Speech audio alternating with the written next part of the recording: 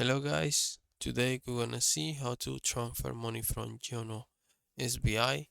This is easy. We need to open our Yono SBI app and then we're gonna click this button called Yono Pay.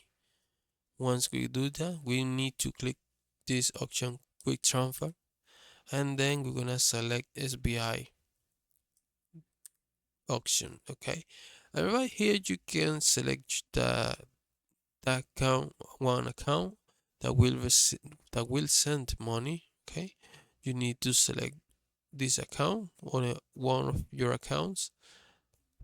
um Also right here you need to add uh, the contact details to send the amount of the money. Okay, you need to add these details right here, and there you go. It's really easy.